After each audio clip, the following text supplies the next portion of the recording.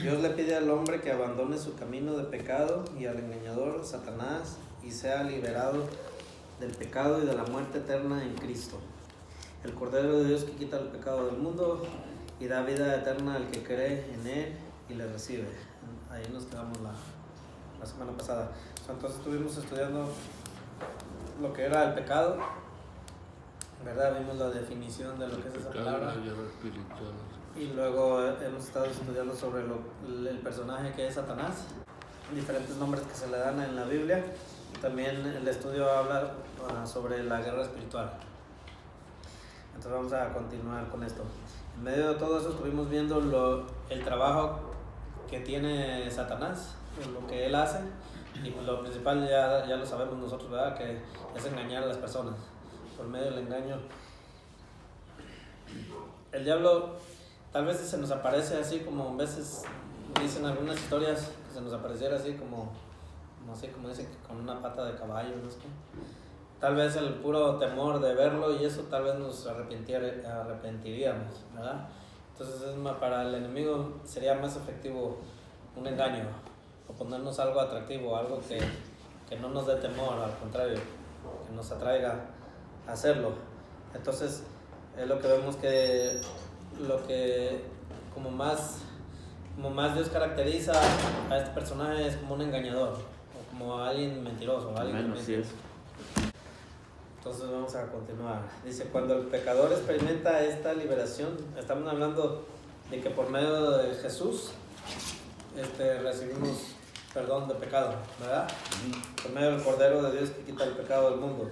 Dice, cuando el pecador experimenta esta liberación del perverso camino de Satanás por el nuevo nacimiento, él mismo se da cuenta de ello en sus propios sentimientos.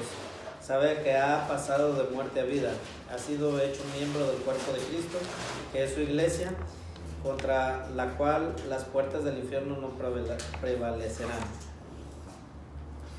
Nosotros pues yo creo que podemos, cada uno de nosotros, compartir el testimonio de por qué razón estamos aquí, ¿verdad? Como el hermano ha dicho, pues hubo un tiempo donde usted batalló mucho con las drogas, ¿verdad? Y de alguna manera yo pienso que Cristo lo llamó y tuvo que haber sido algo muy especial, de tal manera que usted haya podido apartarse de esas cosas y estar ahora sirviendo en los caminos de Dios. Igual puedo pensar de cada uno de los que estamos aquí, bien pudiéramos mejor quedarnos en la casa acostados viendo televisión o haciendo cualquier otra cosa que realmente no nos interesaría. Sin embargo, si estamos viniendo aquí es porque de alguna manera sabemos que Dios tiene bendición para nosotros y que es el mejor lugar donde podemos estar en la iglesia, ¿verdad? Entonces, al momento que hemos venido a los caminos de Dios, hemos experimentado ese nuevo nacimiento. O sea, yo lo puedo decir en mi vida personal. Cuando yo pude entender lo que Jesús hizo en la cruz por mí y que era la salvación, la redención, todo eso hizo que yo tuviera una manera distinta de ver mi vida y encontrarle sentido a las cosas. Y eso me hizo sentir mucho amor por Dios y quererle servir y hacer lo mejor que pudiera para Él.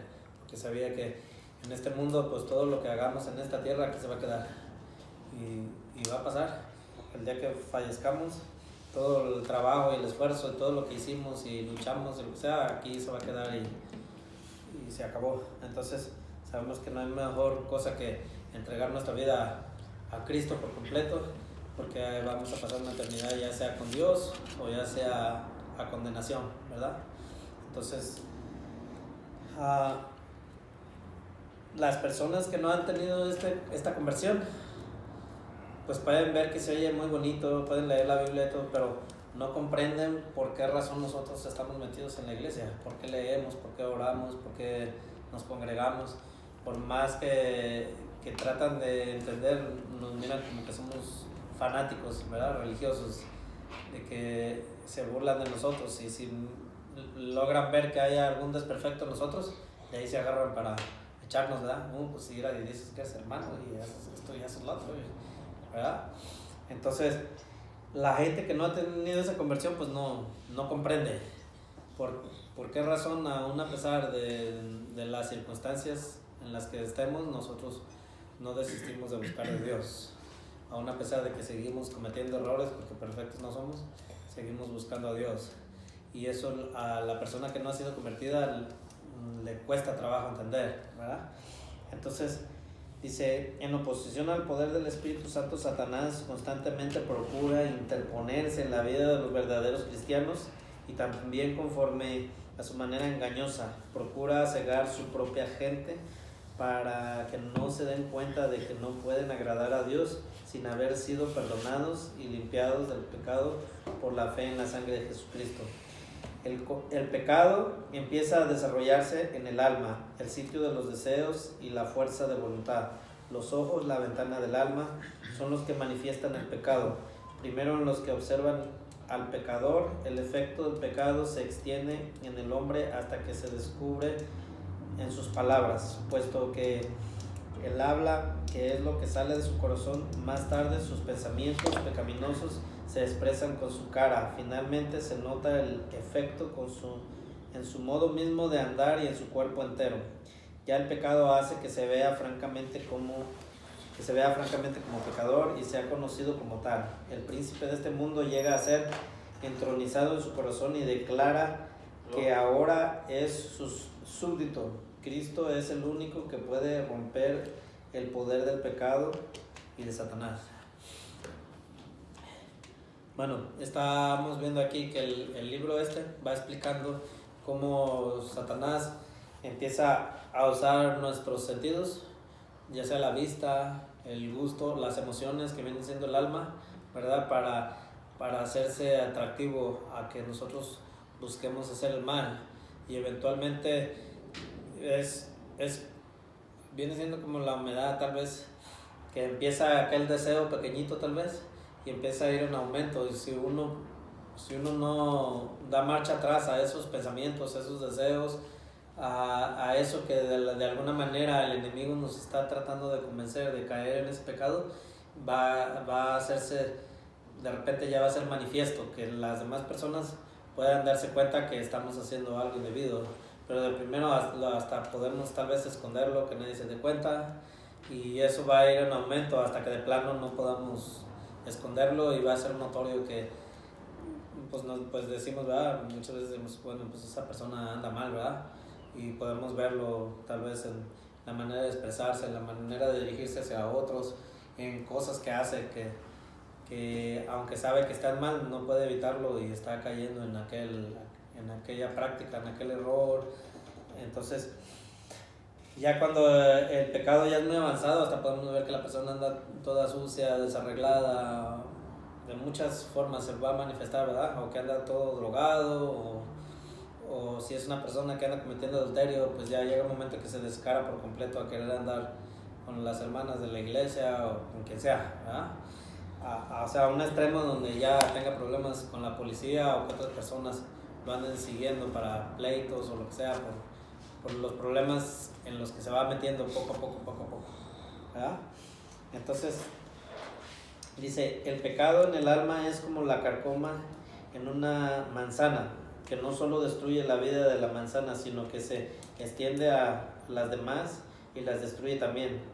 Deben separarse las manzanas buenas de las malas para preservar las buenas. Asimismo, el hombre renacido no debe andar en compañía de los pecadores, sino en comunión con los cristianos. El pecador puede saber lo bueno, pero no tiene poder de hacerlo por sus propias fuerzas. Necesita ser limpiado del pecado por la sangre de Cristo y librado de Satanás por el poder del Espíritu Santo. Vamos a ver Hechos 26, 18. Y el que lo encuentre primero me ayuda a leerlo.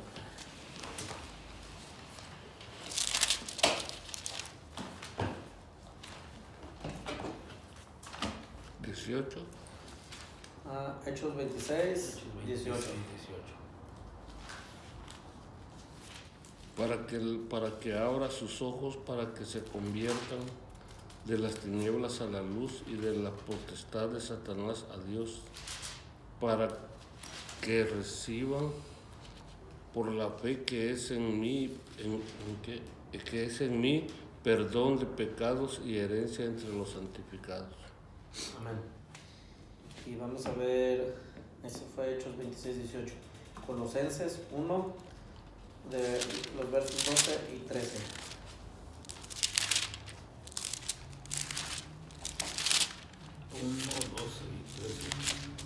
Colosenses capítulo 1, versos 12 y 13.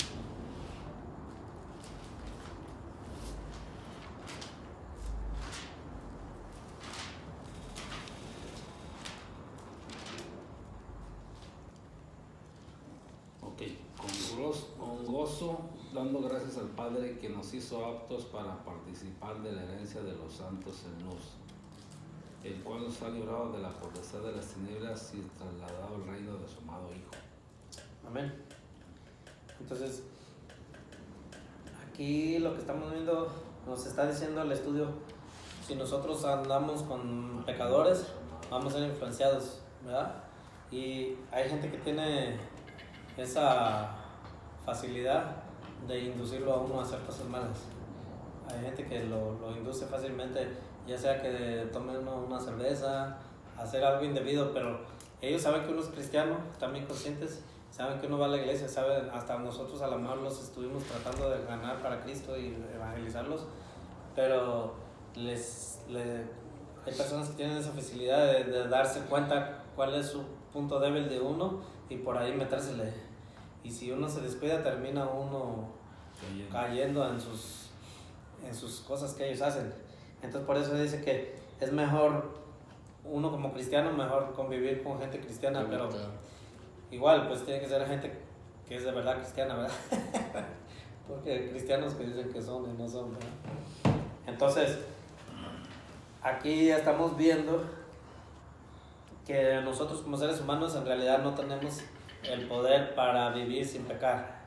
Es el Espíritu de Dios el que nos da la fuerza, nos da la convicción de que nosotros tomamos una decisión de vivir una vida mejor. Nos orgulle, como dicen. Pero si ya lo hacemos por nuestras propias fuerzas, pues no es posible, ¿verdad? Entonces dice, el único Salvador que el mundo tiene y ha tenido es Jesucristo. Es el único que puede salvar a los pecadores de su pecado, de Satanás y de la muerte eterna. Al principio Satanás fue creado como el querubín grande, protector. Dios le confió gran responsabilidad y autoridad. Hizo el ángel custodio de su trono un ser hermoso y perfecto en sus caminos desde el día que fue creado hasta que se halló en la iniquidad. Vamos a ver Ezequiel 28, 12 al 19.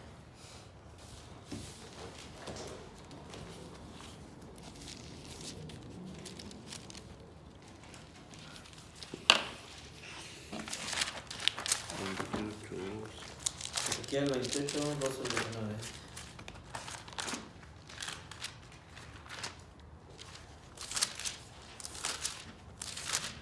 Dice, hijo de hombre, levanta endechas sobre el rey de Tiro y dile, así ha dicho Jehová el Señor, tú eres el sello de la perfección, lleno de sabiduría y acabado en hermosura.